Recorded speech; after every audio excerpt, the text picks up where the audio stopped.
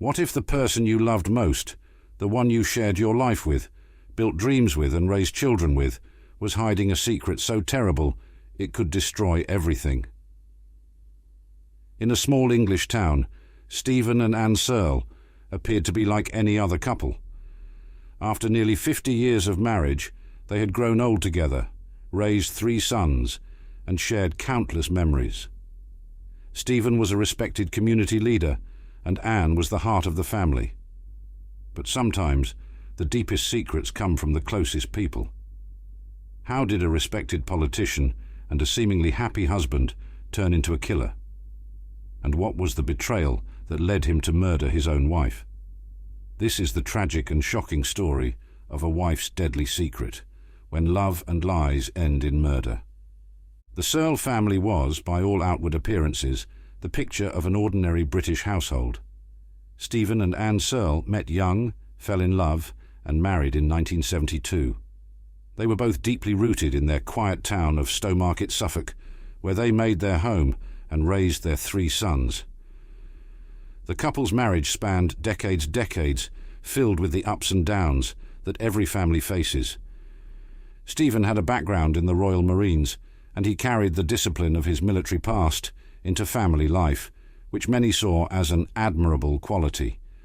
Anne, on the other hand, was the nurturer, the one who brought warmth and stability to the household. To their neighbours, friends, and even their sons, Stephen and Anne's relationship was solid, unwavering.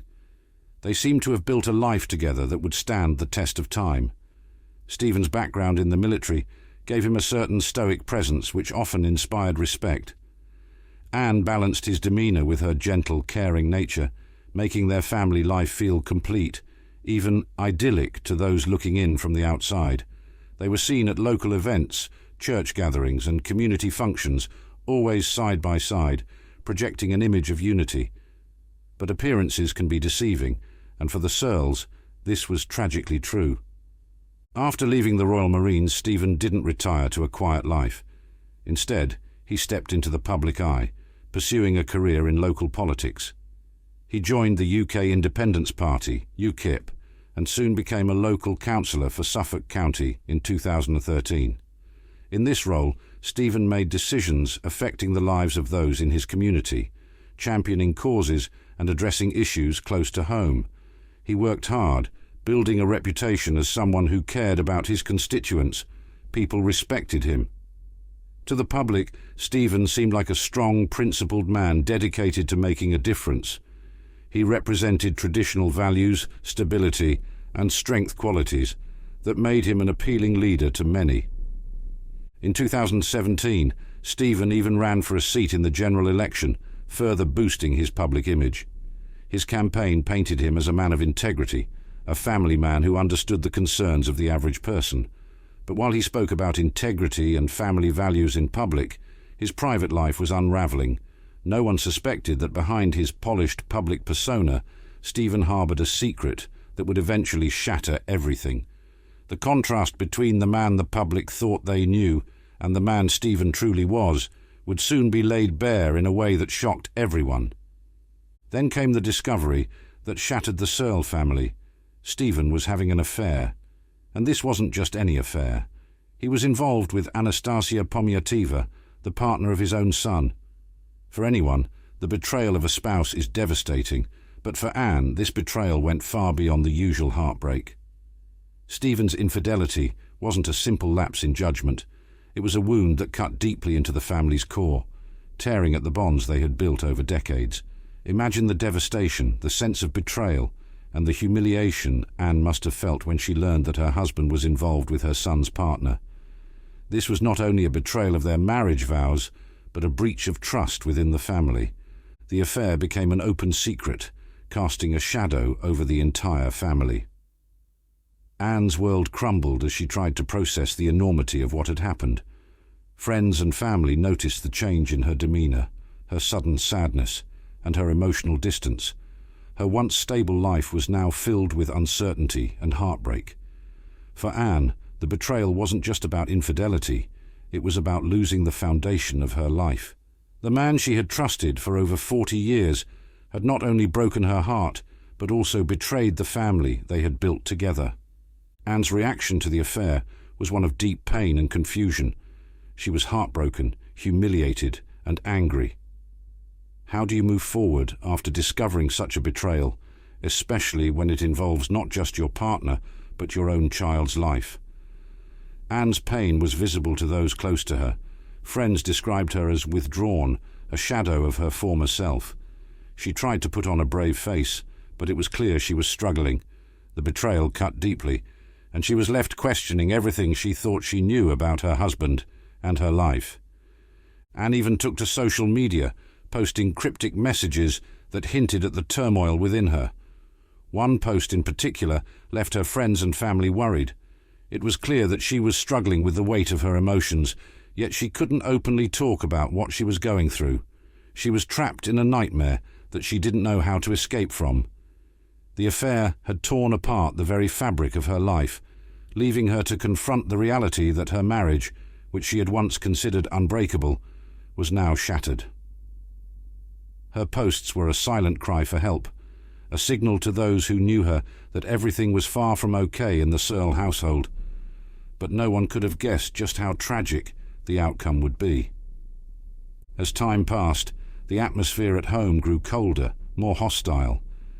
After Anne confronted Stephen about the affair, their arguments became more frequent and intense. They had been married for decades, but now the love and unity that once filled their home were replaced by anger, resentment, and tension. Friends and neighbours began to notice the change. Those close to the family sensed something was deeply wrong, as if a dark cloud had settled over the Searle household. What was once a safe haven for their family now felt like a battlefield, with arguments erupting over the smallest things, each conflict intensifying the pain and betrayal that lay between them. The emotional toll was evident on both sides. Stephen, perhaps feeling guilty or simply wanting to move on from the affair, became increasingly detached. Anne, still trying to process the betrayal, grew bitter, unable to forgive or forget what Stephen had done. They were both trapped in a cycle of anger and heartbreak, neither able to let go or move forward. The home that had once been filled with laughter, family dinners, and shared memories now felt tense and cold, a place where bitterness and anger overshadowed everything else. It was clear that something was going to break. And while friends noticed the tension, no one could predict just how dark things would get in the days to come. December 30th, 2017 was a night that started out like any other. The Searle household was quiet, the kind of silence that had settled over their home since Anne discovered Stephen's affair. But this night would not end in silence. It was around 10 p.m. when the tension between Stephen and Anne reached a boiling point. They were alone in their home when another argument erupted, fueled by months of unresolved betrayal and heartbreak. Anne confronted Stephen once again, demanding answers, expressing the pain she had kept bottled up. She needed to know why he would betray her in such a devastating way. But Stephen didn't respond with regret or remorse. Instead, he grew defensive, and the argument escalated. Their voices, once full of love and understanding, were now filled with anger and resentment. The confrontation grew heated, their words sharper, cutting deeper than ever before. And then, in a horrifying moment of rage, Stephen attacked. He lunged at Anne, and as she struggled to break free, he tightened his grip around her neck. The struggle was brief, but in those moments Anne must have experienced a whirlwind of emotions: fear, shock, disbelief. How could the man she had loved for so long be the one ending her life? When the struggle finally stopped, Anne lay still. In that instant, everything changed. The home where they had raised their children, celebrated birthdays, and shared a lifetime together was now a crime scene. The betrayal that had festered between them had reached a tragic and irreversible end. After realizing what he had done, Stephen did something chilling. Without panic, without hesitation, he picked up the phone and dialed 999, the UK emergency number. When the operator answered, Stephen's words were cold and direct. "I've just killed my wife." The operator, clearly shocked, asked him to repeat himself, but Stephen remained calm, confirming that he had indeed taken Anne's life. His voice was steady, eerily calm, as if he were simply describing an everyday occurrence. There was no apology, no expression of remorse. His tone carried a disturbing detachment, a resignation to the gravity of his actions. It was as though he had accepted the reality of what he had done without any emotion. For the operator, it was an unnerving call, one that would be difficult to forget. This was not the panicked voice of someone acting in self-defense or reacting to an accident. This was the voice of a man who had crossed a line he could never return from. Within minutes, the police arrived at the Searle residence. Officers entered the house, prepared for the worst, but the scene before them was both shocking and surreal. Stephen stood nearby, calm and seemingly indifferent to the horror that had unfolded in his home. The officers saw Anne's lifeless body and realized immediately the tragic reality of the situation. Stephen didn't resist arrest. He didn't deny his actions. Instead, he simply complied with the officers, almost as if he had anticipated their arrival. As the officers examined the scene, they were struck by the stillness and the unsettling quiet that filled the room. The once warm, lively home had become a place of unimaginable violence, a setting marked by a brutal end to a 45-year marriage. In that moment, the police understood that they were witnessing the aftermath of not just a crime, but a complete collapse of a family. The home that had been a gathering place for the Searle family now held nothing but echoes of anger, betrayal, and irreversible loss. The days that followed brought confirmation of what the police had suspected. An autopsy revealed that Anne had died from strangulation. The bruises around her neck told the story of her final moments, a brutal fight for her life against the man she had once trusted completely.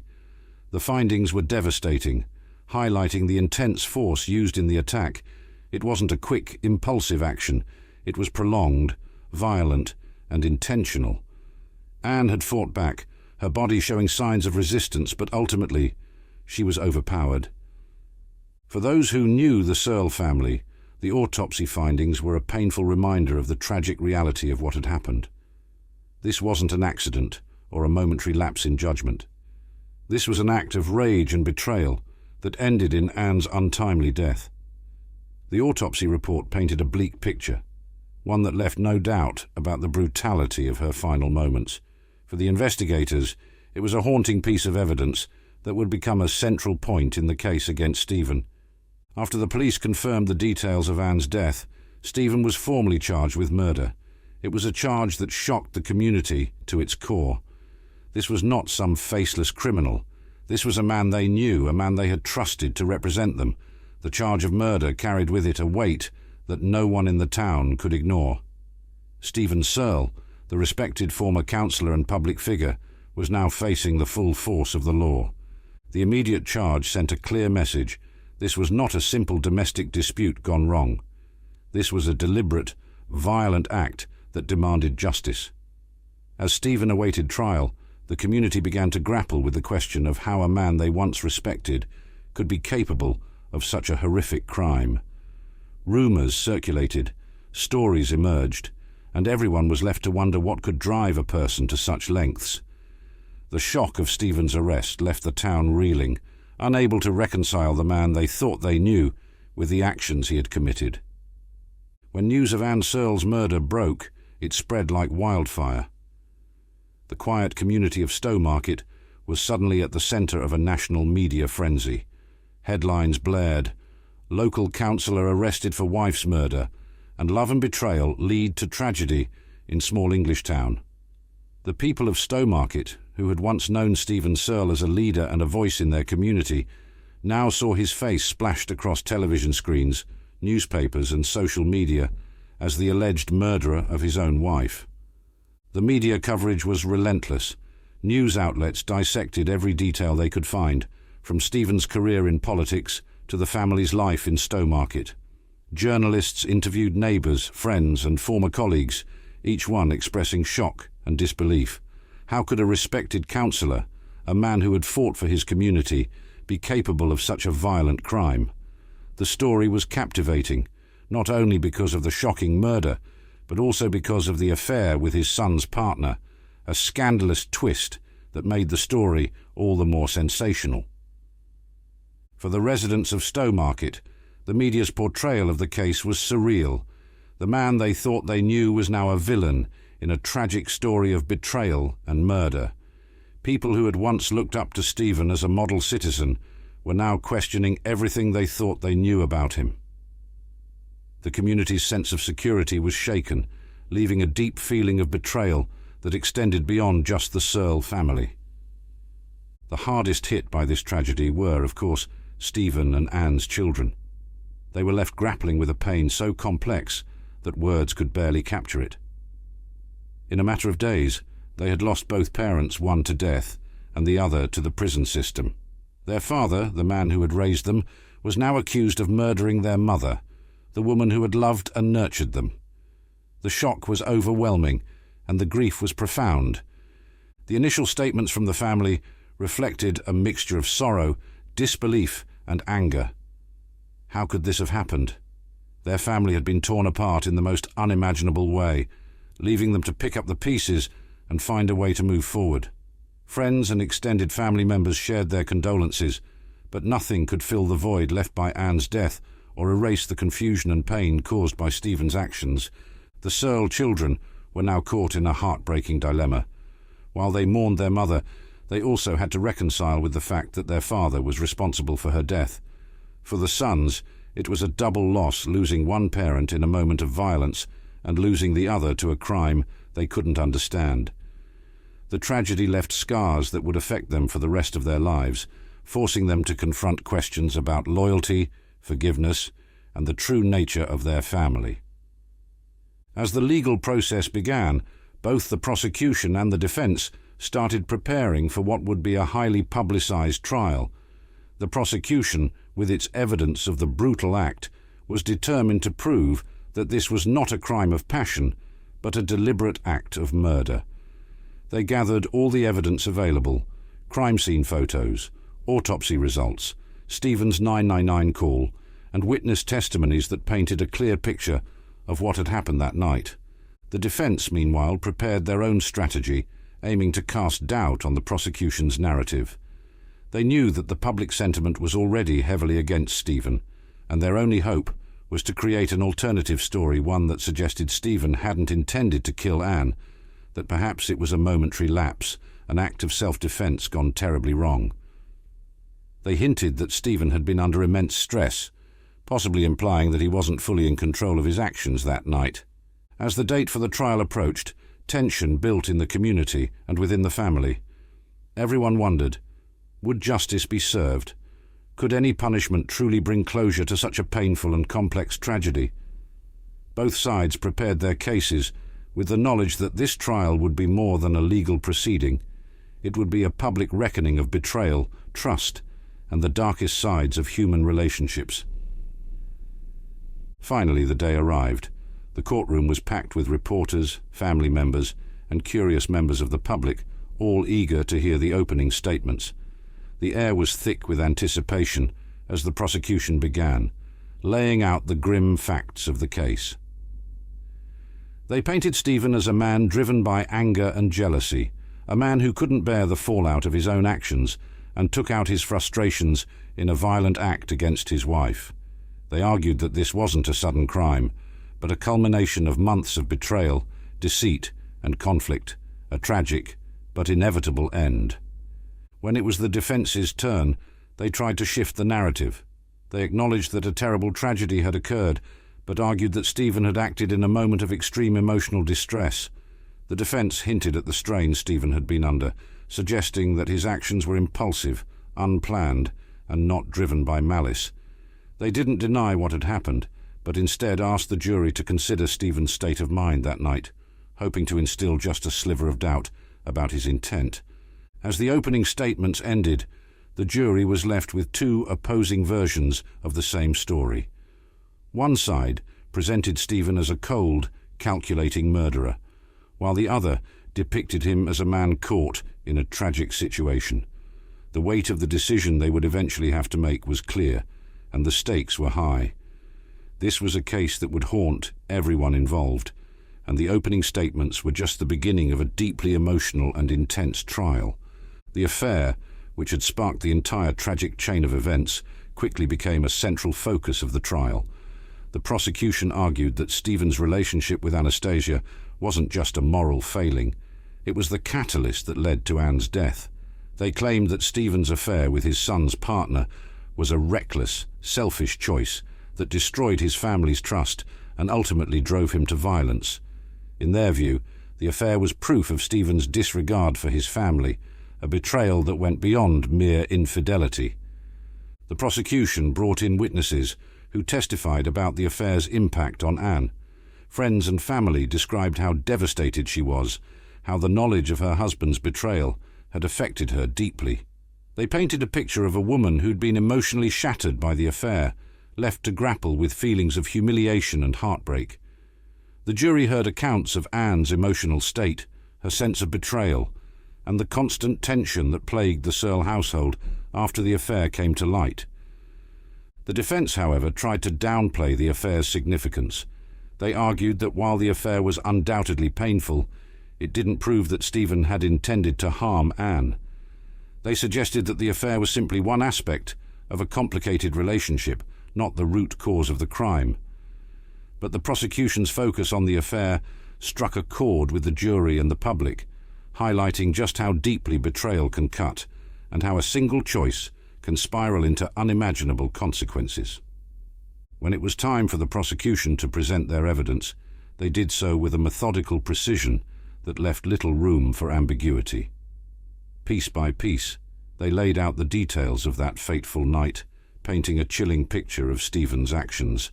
They began with crime scene photos that showed the living room where Anne had been found, once a place of family gatherings, now tainted by violence.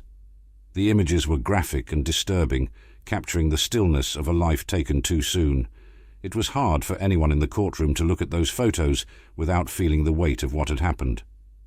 The prosecution also presented the autopsy report, which documented Anne's injuries in painful detail. The bruises around her neck, the signs of struggle each mark, told a story of her final moments, of a woman fighting for her life. Expert witnesses described the strangulation, explaining how much force it would have taken to end her life. They explained that this wasn't a quick or accidental act. It was prolonged and deliberate. The evidence painted Stephen as a man who had acted with clear intent, a man who had made the choice to end his wife's life. They played Stephen's 9:99 call for the jury, the recording where he confessed, "I've just killed my wife." Hearing his calm, detached tone sent shivers through the courtroom. There was no panic, no regret, only a chilling acceptance of what he had done. The prosecution used every piece of evidence they had to show the jury that this was not a momentary lapse in judgment, but a premeditated act of violence. The defense, faced with such damning evidence, had to take a different approach. They didn't deny that a tragedy had occurred, nor did they dispute the facts of Anne's death. Instead, they aimed to reframe the narrative. The defense argued that Stephen hadn't planned to kill Anne. They claimed that he had acted out of extreme emotional distress. According to the defense, the confrontation had spiraled out of control, and Stephen's actions were the result of a temporary loss of control rather than calculated intent. They brought up Stephen's years of service as a Royal Marine, painting him as a disciplined, stable man who had served his country with honour. They argued that he had been under immense personal stress, both from the breakdown of his marriage and the pressures of public life. The defence suggested that on the night of the altercation, Stephen had been pushed to his breaking point, that the argument had turned physical in a way he hadn't anticipated. They portrayed him as a man who had made a terrible mistake, not a cold-blooded killer. However, the defence's argument struggled to gain traction. With the prosecution's compelling evidence, it was difficult to convince the jury that this was anything other than an act of rage. The prosecution had painted a picture of a man who had made a conscious decision, while the defense tried to humanize him, to show the complexities of his life and his struggles.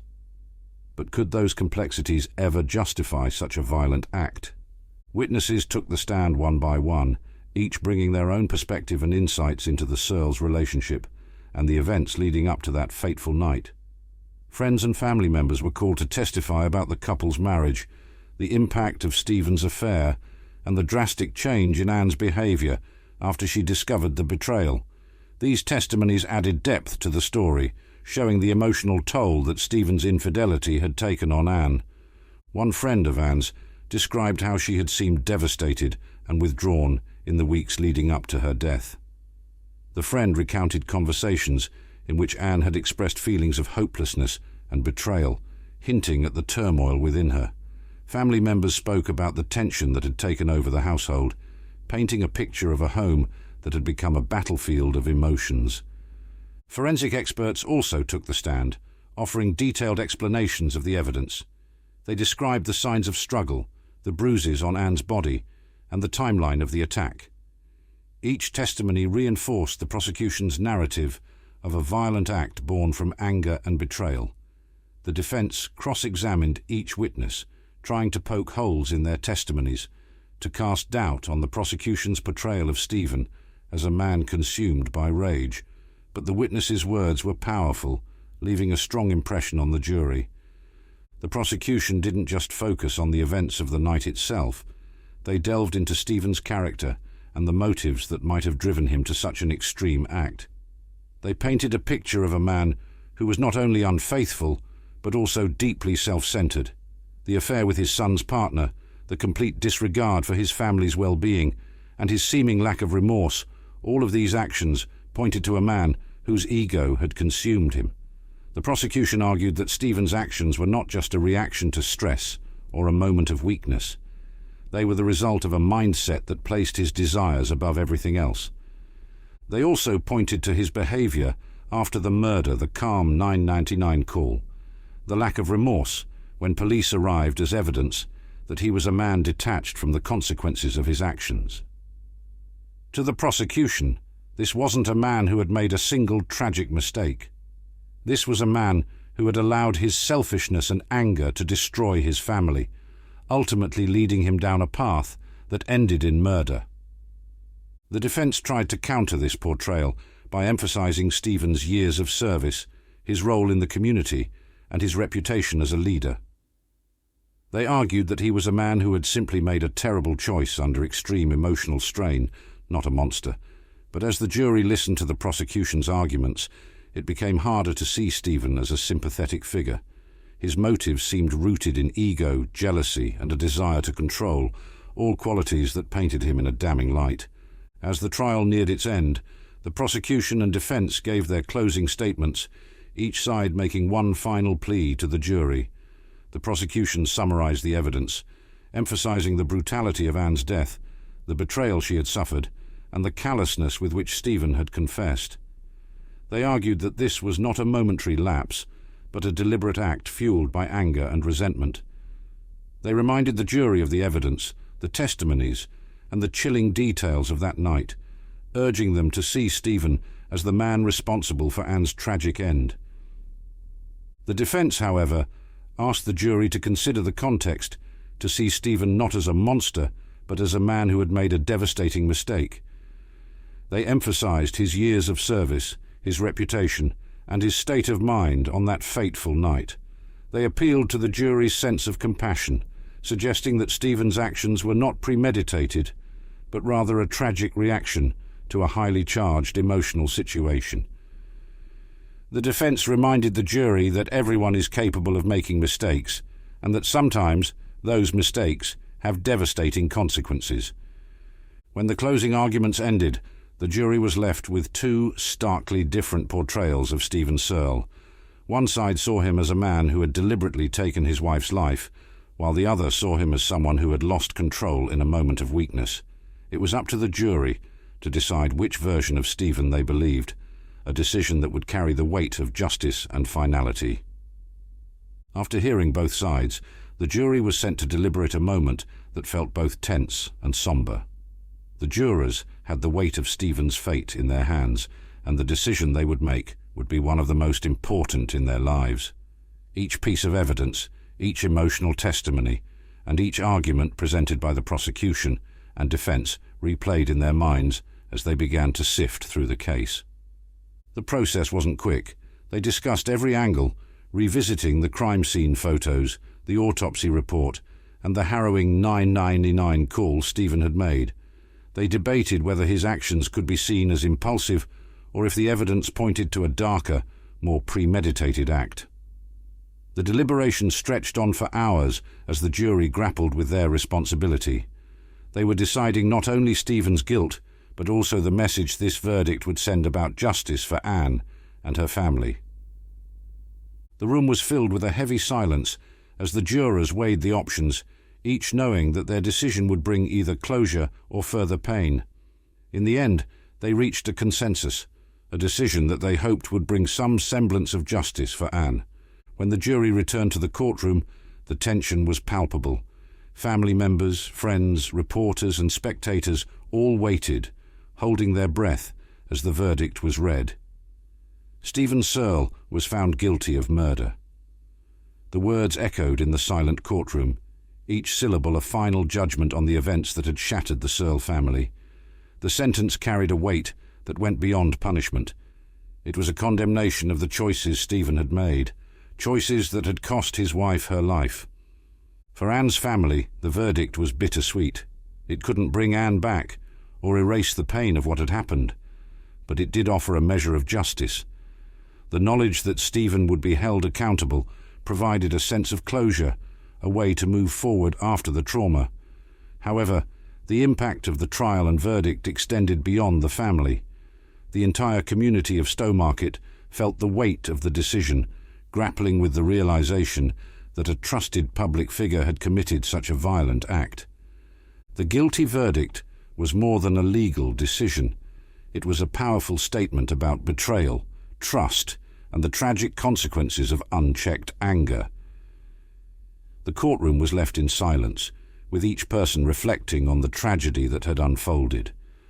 The sentencing hearing was another emotional day in court. This time, Anne's family had the opportunity to speak, to share the pain and heartbreak they had endured. They described the profound loss they felt, the empty space in their lives where Anne once was. Her children spoke about the difficulty of moving forward, about the loss of their mother and the betrayal of their father. Each word was filled with a sorrow that went beyond the courtroom, a sorrow that would linger in their lives forever. Through their victim impact statements, Anne's family expressed their grief, their anger, and the pain of having to reconcile the image of their father with the actions he had taken.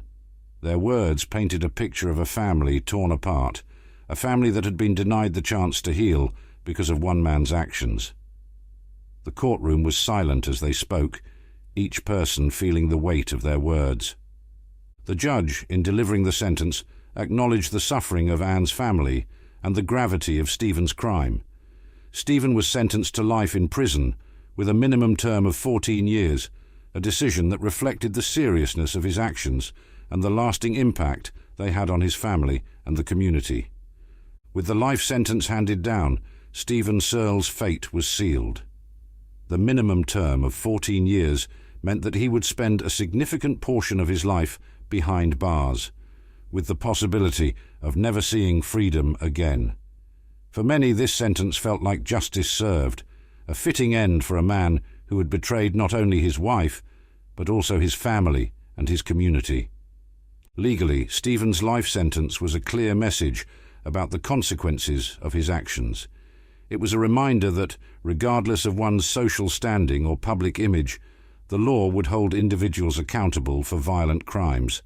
The court had made its decision, and for Stephen, this sentence marked the end of a life once filled with respect, family, and public service. Now, he would face the consequences of his choices alone. For the Searle family, the sentence brought a measure of closure, but it couldn't heal the wounds left by Anne's death. They would have to carry on without their mother, and with the knowledge that their father was responsible. It was a painful reality, but the sentence allowed them to begin the difficult process of moving forward. In the days, weeks, and months following the trial, the Searle family tried to pick up the pieces of their shattered lives. Losing a mother is difficult in any situation, but losing her under such tragic circumstances, knowing that their father had been the cause, made it infinitely harder. Anne's children struggled to make sense of what had happened, to reconcile their memories of their father with the actions he had taken. Friends and extended family members reached out to support them, but the pain of the loss and betrayal was a burden they would carry on their own. Each family gathering, each holiday, was marked by the absence of Anne and the shadow of Stephen's actions. They were left with memories that were now tainted by tragedy, and they had to find a way to rebuild their lives in a world that would never be the same. For the Searle family, the aftermath of the trial was a journey of healing and acceptance. They would never forget what had happened, but they learned to carry their pain and move forward, keeping Anne's memory alive while trying to let go of the anger and sorrow that had plagued them. Throughout the trial and sentencing, the media had played a significant role, covering each detail of the case and turning the tragedy into a national story. Every headline, every news broadcast, dissected the events that had led to Anne's death, the affair, and the subsequent trial. While some felt that the media coverage was invasive, others argued that it highlighted important issues surrounding domestic violence and betrayal. The media's portrayal of Stephen as both a public figure and a private individual painted a complex picture of a man who had fallen from grace in the most tragic way. The coverage explored the public's fascination with scandal and betrayal, showing how a story like this could captivate an entire nation. It also sparked conversations about the warning signs of domestic violence and the consequences of hidden secrets within families. For the Searle family, the media's presence was both a blessing and a curse. While the coverage brought awareness to Anne's story, it also exposed their pain to the public, making their grief a part of the national dialogue. They would have to live with the legacy of that coverage, knowing that Anne's story had become a symbol of the dangers of unchecked anger and betrayal. Anne's tragic story brought attention to the issue of domestic violence and the hidden dangers that can exist within relationships. It served as a stark reminder that even the people we trust the most can harbor dark secrets, and that betrayal and anger left unchecked can have devastating consequences. The case sparked discussions about the importance of recognizing the signs of domestic violence, of reaching out for help before it's too late. Organizations that support victims of domestic abuse saw an increase in awareness as people realized that stories like Anne's were not isolated incidents. The story of Stephen and Anne became a cautionary tale, a reminder that the consequences of betrayal go far beyond hurt feelings. They can destroy families, relationships, and lives. In the aftermath of the trial, psychologists and analysts examined Stephen's actions, trying to understand what might have driven him to commit such a brutal act. Was it a momentary lapse, or was there a deeper, more disturbing side to his personality? Analysts looked at Stephen's background, his role as a public figure, and the pressures he faced in his personal life, searching for clues that might explain his actions. Some argued that Stephen's affair, his betrayal of his family, and the pressures of his public image had created a storm of conflicting emotions, ultimately leading to violence. Others suggested that the violence had always been a possibility, hidden beneath a polished exterior. The psychological examination of Stephen's motives added another layer of complexity to the case, prompting questions about the warning signs of violent behavior and the factors that can lead a person to commit such a crime. Legally, the case set a precedent for handling cases of domestic violence and murder within families.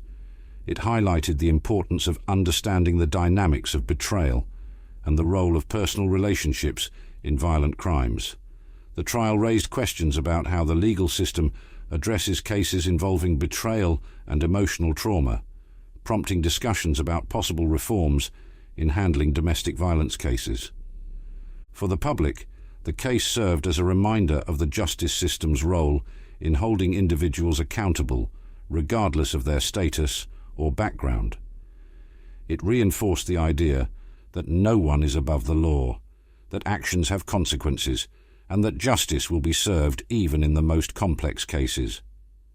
The story of Stephen and Anne Searle is a heartbreaking reminder of how betrayal and anger can turn love into tragedy. A couple that had once shared a lifetime of memories was torn apart by a secret, a hidden affair that shattered their lives and left a family broken.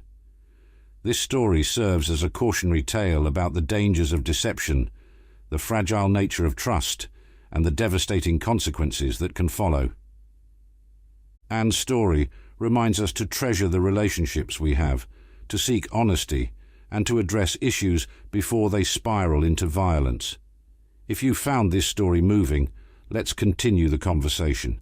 Share your thoughts below, and don't forget to like, comment, and subscribe to stay updated on stories that explore the darker side of human relationships. Press the bell icon to be notified about new videos, because there's always more to uncover.